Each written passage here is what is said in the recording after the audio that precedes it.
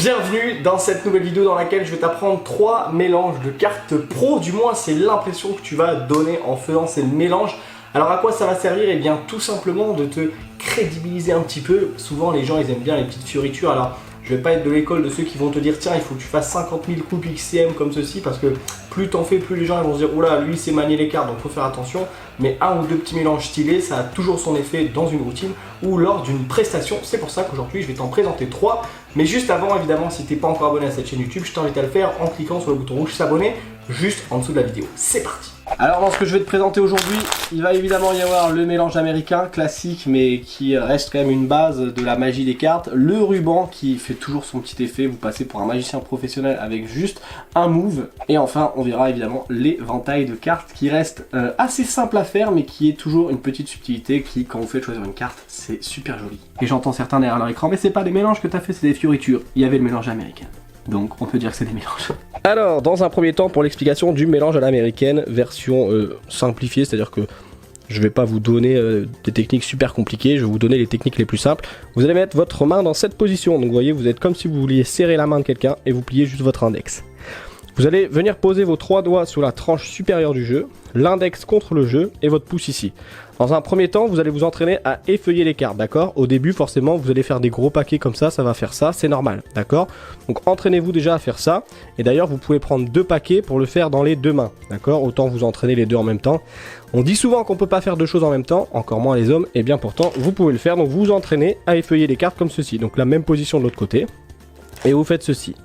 Une fois que c'est très fluide et que le mouvement est bon, eh bien vous allez tout simplement faire ça d'une main jusqu'à la moitié des cartes, donc à peu près. Et pour ce faire, pour commencer le mélange américain, là vous les récupérez dans la même position de l'autre côté. D'accord? Donc le premier mouvement, étape 1, c'est ça. Étape 2, vous continuez de faire ce que vous faisiez à l'entraînement, sauf que là vous vous collez les cartes, donc ça va se faire tout seul, regardez. Hop. Et là vous avez déjà fait la première étape du mélange à l'américaine.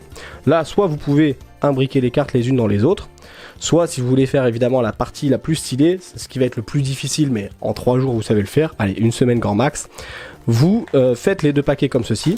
Et là le mouvement il est assez difficile à comprendre en vidéo, mais en fait regardez, vous allez plier vos 2 paquets comme ceci. Donc là vous voyez mes mains pour l'instant elles ont juste fait ça, et mes pouces appuient légèrement pour pouvoir bloquer les cartes, d'accord? Parce que si vous le faites pas, les cartes elles vont faire ça, d'accord? Donc je vous montre très simplement, étape 1, et là étape 2, vous pliez, et vous allez tout simplement, regardez mes doigts en dessous vont relâcher les cartes. Et en même temps, les pouces vont relâcher un peu la pression, mais tout en restant sur le dessus. Et ça va se faire tout seul. Évidemment, conseil, prenez un jeu neuf. Si vous prenez un vieux jeu, ça va pas marcher. Et prenez des cartes de qualité. Si vous prenez les cartes Carrefour, loin de moi de vouloir critiquer Carrefour, mais ça ne marchera pas forcément. Donc étape 1, on sépare. Étape 2, on imbrique. Étape 3, on plie en gardant une petite pression sur les pouces. Et là, on relâche les doigts du dessous. Vous voyez, mes doigts se relâchent. Et je relâche un peu la pression. Et ça vient tout seul. Au début, vous allez vous énerver, ça va pas marcher, je le sais, je suis passé par là aussi. Mais une fois que vous aurez fait une fois, 2 fois, 3 fois, tous les jours, dans une semaine garantie, vous savez le faire sans souci. Ensuite, pour le ruban, eh bien même conseil que pour le mélange américain, prenez un jeu neuf et surtout prenez une surface un peu comme mon tapis ici, d'accord? Si vous le faites par exemple sur le bois ici, ça va glisser, ça va pas forcément marcher, ou si vous le faites sur une nappe. Très simple, vous allez prendre le jeu avec, comme pour le mélange à l'américaine, vous voyez on était comme ceci, sauf que là regardez, la seule différence c'est que votre doigt au lieu d'être plié comme ceci, il va juste venir ici. Et voilà, c'est le seul changement. Derrière vous posez les cartes sur la table, et là vous allez venir les tirer, mais vous voyez, comme votre doigt accompagne, ça permet d'avoir une équité parfaite. Vous voyez? Et on a la première partie du ruban. Tandis que si vous mettez pas votre doigt, bah il va rien se passer, parce que si vous mettez pas votre doigt ça va faire ça. Ok, donc le doigt vient accompagner, comme ceci, et vous relâchez en fait tout doucement les cartes et ça va venir. Au début évidemment vous allez avoir des paquets comme ça, etc. C'est normal, encore une fois c'est de l'entraînement, mais sachez que ça joue énormément le tapis. Moi au début je me disais j'y arrive pas, mais en fait je le faisais sur une nappe. Vous êtes comme ceci, ça marche tout seul. Et ensuite quand vous voyez que vous avez une belle ligne, vous voyez là c'est magnifique le blanc, le noir avec le jeu blanc, et bien vous venez tout simplement récupérer ici la partie de là où vous avez commencé et vous retournez le ruban. Ça c'est vrai que je voulais pas montrer dans la démonstration. Et hop, les cartes, enfin si je vous l'ai montré, mais hop, se retourne. Et après vous pouvez le refaire, si votre ruban est bon, vous pouvez le faire plein de fois, vous pouvez même vous amuser à faire ceci.